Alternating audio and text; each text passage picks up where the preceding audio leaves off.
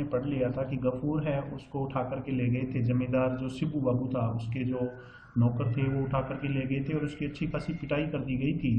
और वो आकर के घर पे कोने में बैठा हुआ था और रो रहा था और अपने जो हालात थे उनके ऊपर दुखी हो रहा था। उसके बाद में से हमें आज पढ़ना है, तो चलिए हम स्टार्ट करते हैं third part of this lesson. He was suddenly सेकन out. सेकन out का मतलब होता है कांप उठना। वो अचानक से कांप गया था ऑफ हिज लिस्टलेसनेस, अपनी निर्जीवता से, by the श्रीक of a girl, एक लड़की की चीख सुनकर। श्रीक मतलब चीख, एक लड़की की चीख सुन करके वो अपनी निर्जीवता से कांप गया था, यानी एकदम से जागृत हो गया था। सी वॉज पोस्टेड। अब जो लड़की थी अमीना, इसकी बेटी थी दरअसल। प्रोस्टेट का मतलब दंडवत होना, सीधी लंबी गिर जाना। ऑन द ग्राउंड, जमीन के ऊपर सीधी लंबी दंडवत हो गई थी, गिर गई थी। The pitcher which she had been carrying, और जो मटका जो वो लेके आ रही थी, टम्बल्ड ओवर, वो लुढ़क गया था। And Mahesh was sucking up. सक अप का मतलब चूसना, चाटना, द वाटर। और महेश जो बेल था इनका, वो उस पानी को चाट रहा था। As it were flowed out on the earth, जब वो पानी पृथ्वी के ऊपर, जमीन के ऊपर बह रहा था। मटके के अंदर से बेटी है वो पानी लेकर के आई थी, बाहर गई थी पानी लेने के लिए और लुढ़क के नीचे गिर गई थी। मटका फूट गया था, गिर गया था और महेश है उस पानी को चाट रहा था। Gafoor was completely out of his mind. Gafoor पूरी तरह से अपने आपे से बाहर हो गया। विदाउट वेटिंग अनदर मोमेंट, बिना एक पल इंतजार किए, he seized his plough head. Seize मतलब पकड़ा मजबूती से। हिज प्लाउ हेड, अपना जो हल था उसका मुठ पकड़ा उसने, एक सिरा पकड़ा। ही हैड लेफ्ट यस्टरडे, जिस हल को उसने कल छोड़ा था, फॉर रिपेयर, मरम्मत करने के लिए। एंड विद बोथ हैंड्स, और अपने दोनों हाथों से, स्टक इट वायलेंटली, हिंसात्मक रूप से दे मारा, on the bent head of Mahesh. Mahesh की झुकी हुई गर्दन पर इस हल को जोर से मारा उसने। Once only Mahesh attempted to raise his head, केवल एक बार Mahesh attempted to raise his head, अपना सिर उठाने की कोशिश महेश ने करी, प्रयास किया केवल एक बार सिर ऊपर करने का महेश ने। बट इमीडिएटली, लेकिन तुरंत ही, हिज स्टार्विंग, उसकी भूखी, लीन बॉडी, उसका भूखा, लीन मतलब दुबला पतला जो शरीर था, स्टैगरिंग टू द ग्राउंड, लड़खड़ाते हुए जमीन के ऊपर गिर गया।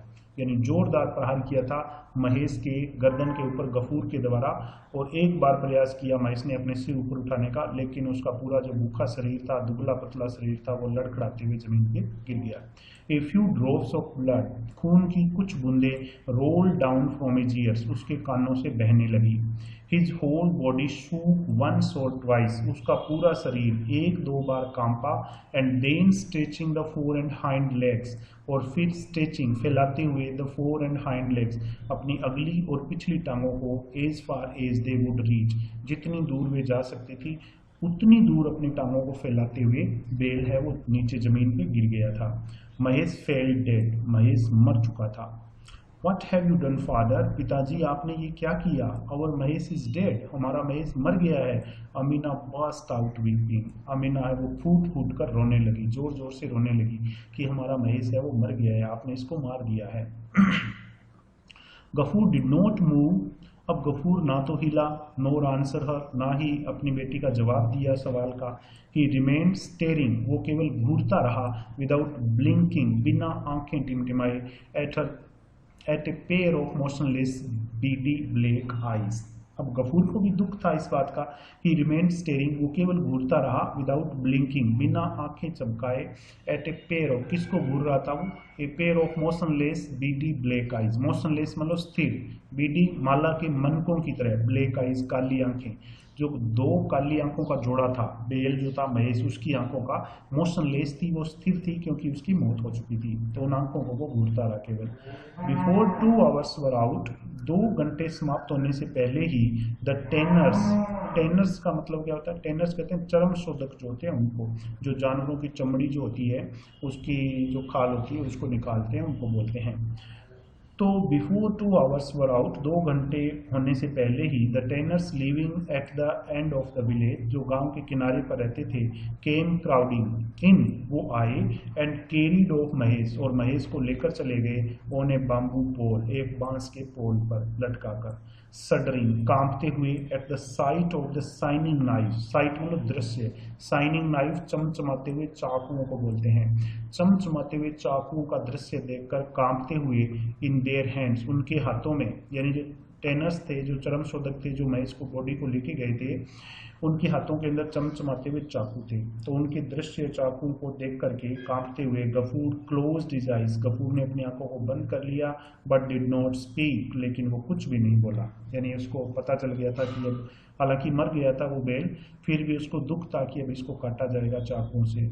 द नेबर्स इन्फॉर्म्ड हिम, अब जो नेबर्स थे उन्होंने उसे सूचित किया that the landlord had sent for Tarak Ratna, कि जमींदार ने तारक रत्ना को बुलवाया था टू आस्क फॉर एडवाइस, सलाह लेने के लिए। आस्क फॉर का तो था मांगना। तो जो पड़ोसी थे गफूर के, उन्होंने बताया गफूर को कि जमींदार ने तारक रत्न जो पुजारी है उसको बुलाया था उसकी सलाह लेने के लिए। हाउ वुड गफूर पे, कि गफूर किस तरीके से भुगतान करेगा फॉर द पिनेस, पिनेस कहते हैं प्रायश्चित को, कि गफूर किस तरीके से प्रायश्चित का भुगतान करेगा, which the killing of A sacred animal demanded, sacred animal पवित्र जानवर, डिमांडेड मतलब मांग करता, यानी एक पवित्र जानवर का प्रायश्चित वो किस तरीके से करेगा, यानी उसने एक पवित्र जानवर को मारा है तो उसका प्रायश्चित गफूर है वो किस तरीके से करेगा, इसकी राय लेने के लिए जमींदार है उसने पुजारी को बुलाया था। Gafur made no reply to these remarks, अब गफूर जो था made no reply to these remarks, उसने ये जो रिमार्क्स थी, जो टिप्पणियाँ थी कि जमींदार ने पुजारी को बुलाया है, प्रायश्चित किस तरीके से करना है उसको, उसकी राय लेने के लिए, उस पर क्या जुर्माना लगाया जाए गफूर पर, तो गफूर ने इन टिप्पणियों का कोई जवाब नहीं दिया, बट रिमेन स्क्वेटिंग, स्क्वेट का मतलब था उकड़ू बनकर बैठे रहना, वो उकड़ू बनकर बैठा रहा, with the chin resting on his knees, और उसकी ठोड़ी जो है वो उसके घुटनों के ऊपर टिकी हुई थी। अमीना डियर, अमीना बेटी, कम चलो, लेट्स गो, चलते हैं, सेड गफूर, गफूर ने कहा, राउजिंग हिज डॉटर, अपनी बेटी को उठाते हुए, at the dead of night, आधी रात को, यानी रात के अंधेरे में अपनी बेटी को उठाते हुए गफूर ने कहा कि चलो अब चलते हैं यहाँ से। She had fallen asleep in the yard, और अमीना जो है वो सो रही थी, कहाँ पे, यार्ड में, परिसर के अंदर वो सो रही थी। वेयर फादर, कहाँ पिताजी, तो अमीना ने पूछा कि पिताजी कहाँ चलें। She asked rubbing her eyes, Amina ने अपनी आंखों को रबिंग करते हुए यानी रगड़ते हुए, मसलते हुए पूछा कि कहाँ चलना है। To walk at the jute mill, jute mill पर काम करने के लिए, at Phulbere, Phulbere, said the father, पिताजी ने कहा, यानी गफूर ने अपनी बेटी से कहा कि अब हम फुलब्रे चलेंगे, वहाँ पर जो जूट मिल है उसके अंदर काम करेंगे। The girl looked at him incredulously, incredulously का मतलब अविश्वसनीय रूप से, यानी किसी बात के ऊपर अपने को विश्वास ना हो तो उस तरीके को बोलते हैं incredulously. The girl looked at him, तो उस लड़की ने अपने पिताजी को देखा, इनक्रेडुअसली, अविश्वसनीय रूप से। थ्रू ऑल हिज मिजरी, अपने सारे दुखों में, अपने सारे मिजरी जो थे, दुख थी, मुसीबतें थी, कष्ट थी, उनमें ही हैड डिक्लाइन, डिक्लाइन का मतलब मना कर देना, गफूर ने मना किया था, डिक्लाइन किया था, टू गो टू फुलब्रे, फुलब्रे जाने के लिए, यानी कितना भी कष्ट, कितनी भी तकलीफ, कितनी मुसीबतें आ जाए इससे पहले आई थी, गफूर ने कभी हाँ नहीं करी थी फुलब्रे जाने के लिए। अब उसका रीजन क्या था, नो रिलीजन, वहाँ पर कोई धर्म नहीं था, नो रिस्पेक्ट, कोई सम्मान नहीं था, इज्जत नहीं थी, no privacy for women folk there, और वहाँ पर औरतों के लिए किसी प्रकार की कोई प्रीविसी नहीं थी, यानी निजता नहीं थी। She had often heard him से, अमीना ने प्राय अपने पिताजी को ये बातें बोलते हुए सुना था कि हम फुलब्रे तो किसी कीमत पे नहीं जाएंगे, क्योंकि वहाँ पर औरतों के लिए प्राइवेसी नहीं है, निजता नहीं है, रिस्पेक्ट नहीं है, सम्मान नहीं किया जाता औरतों का, कोई धर्म वहाँ पे नहीं है। लेकिन आज इतने जब मुसीबतों के पहाड़, इतनी ज़्यादा गरीबी के अंदर इतने ज़्यादा हालात ख़राब हो गए, तो आखिरकार गफूर को भी सहमत होना पड़ा एक ऐसी नरक वाली जगह पर जाने के लिए। इसलिए इसने अपनी बेटी को उठाया आधी रात को कि चलो हम फुलब्रे चलते हैं। हरी अप माई चाइल्ड, जल्दी करो बेटी, we have a long way to go, हमें बहुत लंबा रास्ता तय करना है, सेड गफूर, गफूर ने कहा।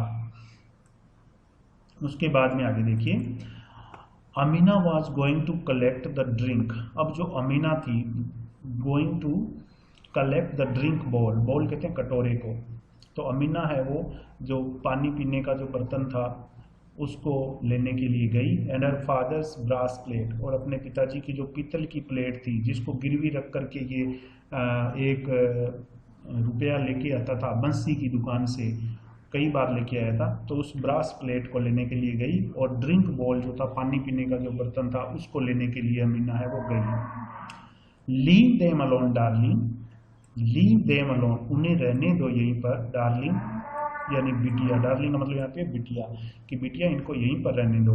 दे will pay for the penance for Mahesh, ये महेश के प्रायश्चित को भुगतान कर देंगे, यानी महेश को हमने मारा है इतने पवित्र जानवर को, तो उसका प्रायश्चित जो है उसके लिए भुगतान कर देंगे, ये यहीं पे रहने दो, इनको हम साथ लेकर नहीं जाएंगे। सेड गफूर, गफूर ने कहा। In the dead of night Gafur set out, रात के अंधेरे में गफूर जो है वो रवाना हुआ। Holding is daughter by the hand, अपनी बेटी का हाथ पकड़ के रात के अंधेरों में ये रवाना हो गया। कहाँ जाने के लिए? फुलवरे जाने के लिए, जूट मिल में काम करने के लिए। तो इस पर भी एक इम्पॉर्टेंट क्वेश्चन बन सकता है कि वो काम करने के लिए अंत में कहाँ चले गए थे। तो और एक क्वेश्चन ये भी बन सकता है कि महेश जो है उसको मार दिया था गफूर ने, तो उसका प्रायश्चित उसने किस प्रकार से किया था। तो एक तो जो ड्रिंक बोल था और एक ब्रास प्लेट, इन दोनों को छोड़ करके पीछे उसने प्रायश्चित किया था। He had nobody to call his own, उसका अपना कहने वाला कोई नहीं था। इन द विलेज, गांव में उसका अपना कोई नहीं था। ही हैड नथिंग टू से टू एनीबडी, और गफूर को किसी से कुछ भी नहीं कहना था। क्रॉसिंग द यार्ड, परिसर को पार करते हुए, when he reached the acacia, जब गफूर अकेसिया के पेड़ के पास पहुंचा अपनी बेटी के साथ, जहाँ पर महेश बंदा रहता था, ही स्टॉप स्टॉक स्टिल मतलब स्थिर, वो एकदम से स्थिर होकर के, जड़वत होकर के वहाँ पे खड़ा हो गया। And bast out crying loudly, और जोर जोर से चीखने लगा, जोर जोर से रोने लगा, वहाँ उस पेड़ के पास में खड़ा होकर के। अल्लाह, भगवान, ही सेड, उसने कहा, raising his face towards the black star spangled sky, उसने अपना सिर है वो ब्लैक स्टार स्पेंगल्ड का मतलब होता है तारों से आच्छादित जो आसमान था, उसकी तरफ अपना ऊपर सिर उठाते हुए, आसमान की तरफ देखते हुए, तारों से आच्छादित आसमान को देखते हुए उसने कहा कि भगवान, punish me as much as you like, मुझे उतनी सजा दो जितनी आप चाहते हो, जितनी आप देना चाहते हो। Mahesh died with thirst on his lips, Mahesh अपने होठों पर प्यास लिए हुए मर गया। Nobody left the tiniest bit of land, किसी ने भी, टाइनिएस्ट का मतलब होता है छोटी से छोटी, बिट ऑफ लैंड भूमि का टुकड़ा, किसी ने एक छोटे से छोटी भूमि का टुकड़ा भी नहीं छोड़ा। फॉर हिम, उसके लिए, टू फीड ऑन, जिस पर मैं उसे जीवित रख पाता, यानी मेरे पास बिल्कुल भी जमीन नहीं थी जिसके ऊपर मैं खेती करके महेश को जीवित रख पाता। प्रे नेवर फॉरगिव, मैं प्रार्थना करता हूँ, नेवर फॉरगिव दोज, कि उन लोगों को कभी माफ़ मत करना, देयर गिल्ट, उनके दोष के लिए, उनके जुर्म के लिए। Who never let him eat the grass, जिन लोगों ने उसे घास नहीं खाने दिया। नॉर ड्रिंक द वाटर, और जिन लोगों ने उसे पानी नहीं पीने दिया। यू हैव गिवन, जो आपने दिया है। तो मैं आपसे प्रार्थना करता हूँ कि उन लोगों को तुम कभी माफ़ मत करना जिन लोगों ने मेरे महेश को कभी पानी नहीं पीने दिया, कभी घास नहीं खाने दिया, और ये सारी चीज़ें आपने दी है, तो उनको सजा देना, उनके जुर्म के लिए उनको कभी माफ़ मत करना। तो ये तो थी स्टोरी ड्रोट। अब इस स्टोरी के बारे में लिखा हुआ है यहाँ पे देखिए, about the story in draught, draught कहानी में the writer has drawn A graphic picture of draught, writer ने सूखे की एक पिक्चर यहाँ पे प्रदर्शित करी है आपके सामने। Drought takes the form of a natural calamity, drought है वो एक प्राकृतिक आपदा का रूप ले लेती है। In many parts of India, Bharat के विभिन्न भागों में। इन राजस्थान फ्रीक्वेंटली, प्राय राजस्थान के अंदर बहुत ज़्यादा ऐसा होता है। इन द प्रेजेंट स्टोरी, इस स्टोरी के अंदर, इस कहानी के अंदर, Gafur the main character, Gafur जो मुख्य पात्र है, इज अंडर स्ट्रेस, वो तनाव के अंदर रहता है। The writer has successfully depicted social and psychological aspects of human nature under stress, तो इस कहानी के अंदर राइटर ने बहुत ही सफलतापूर्वक जो मानव का स्वभाव होता है, तनाव के अंदर मानव किस तरीके से काम करता है, तो सामाजिक और मनोवैज्ञानिक तथ्यों को अच्छी तरह से प्रदर्शन किया है। यहाँ पे लिख करके आपके सामने अच्छी तरीके से रखा है राइटर ने कि तनाव के अंदर, बहुत ज़्यादा तनाव, अंडर स्ट्रेस जब इंसान चला जाता है, दुखों के अंदर चला जाता है, जिस तरह से गफूर चला गया था, तो इंसान की क्या हालत होती है, वो कौन से कदम उठाता है। जैसे गफूर ने महेश को मार दिया था और ये एक ऐसे स्थान पर जाने के लिए राजी हो गया था जिस स्थान को बिल्कुल भी ये लाइक नहीं करता था, हमेशा डिसलाइक करता था, क्योंकि वहाँ पे औरतों के लिए इज्जत नहीं थी, वो स्थान पवित्र नहीं था, वहाँ पे किसी प्रकार का कोई धर्म नहीं था, वहाँ पे प्राइवेसी नहीं थी औरतों के लिए, लेकिन आखिर में उस स्थान पर जाने के लिए भी ये सहमत हो जाता है। तो किस तरीके से एक गरीब आदमी जब सूखे की मार पड़ती है तो रिएक्ट करता है, वो आपको इस कहानी के अंदर बहुत ही अच्छी तरीके से राइटर ने, शरत चंद्र चटर्जी ने बताया है। तो आशा करता हूँ मैं आपको ये लास्ट लेसन जो है उसका हिंदी ट्रांसलेशन समझ में आ गया होगा। अगले लेसन के लिए आप मेरे साथ जुड़े रहें और मेरे चैनल को सब्सक्राइब कर लें, बेल आइकन है उसको भी प्रेस कर लें ताकि आपको नोटिफिकेशन है वो मिलते रहें। Thank you.